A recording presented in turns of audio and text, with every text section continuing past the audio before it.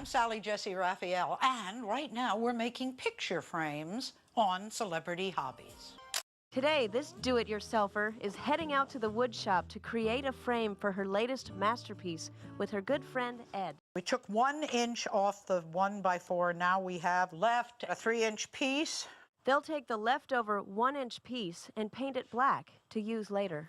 Okay, when you paint your frame, it's really up to you. You can paint the pieces before, assemble them, and then touch them up, or you can assemble your frame and paint it all at the end. This is a 1/4 inch quarter round. Now we've got the 1x3, and we're going to miter the edge. And we're going to do this with hand tools. If you use a miter box like Sally Jessy Raphael did, you may not end up with a perfect miter each time. In that case, you'll want to use some wood putty to cover any cracks.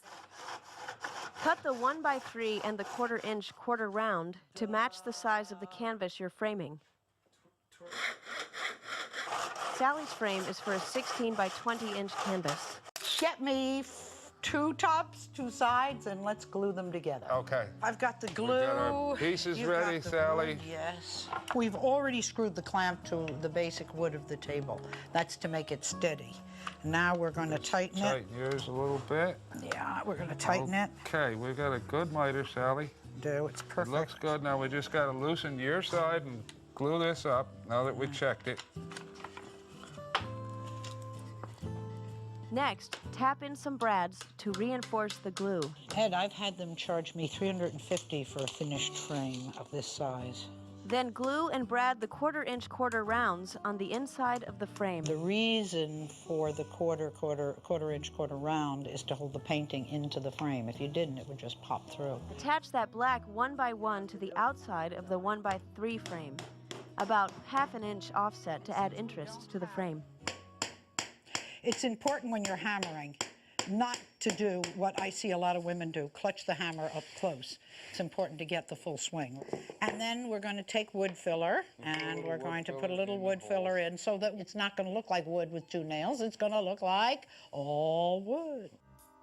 Of course, it's important to set that nail before adding the wood putty by using a nail set and a hammer. And what that will do is push that nail a little bit deeper into the wood, creating a space for that wood putty to settle into.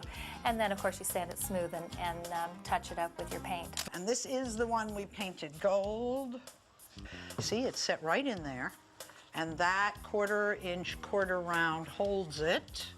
Now, the extra wood that you notice there on the back of the frame that Sally Jessy just constructed is actually part of the wood frame that the canvas artwork itself is stretched onto. Finally, pop in those screw eyes. How about we go 7 inches down? Yeah, but you never put it halfway down.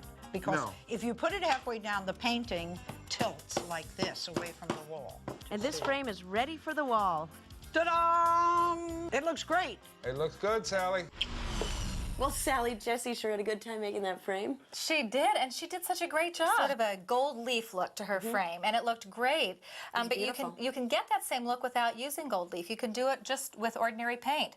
Just use a regular crafter's paint here in black as your undercoat. I've already done that here, and it's already dried. And then you'll, on top of that, want to add a gold glaze. Pre-made bottle like that. Yeah, it comes pre-made like that. Want to kind of dry brush it on, so get rid of the excess and just sort of dry brush that on like that. Yeah. And then I want to show you one other thing too before we go, and that is how we hang it. The rule of thumb, Tracy, is that we measure about 1/3 of the way down from the top of our frame. Now we're lucky here because we have a little indentation in the middle. We can actually put the screw eyes on the inside so it won't bang against, right? And then we'll just add our regular, picture hanging wire. Go up into our screw eye. You don't need to tie a knot either. You just wrap it around 2 or 3 times, pulling it really tight. Then you go ahead and wrap it. Twist it. Yeah, twist it several times, and then cut it. And then that's all you have to do. Wow. You'll see that holds it nicely.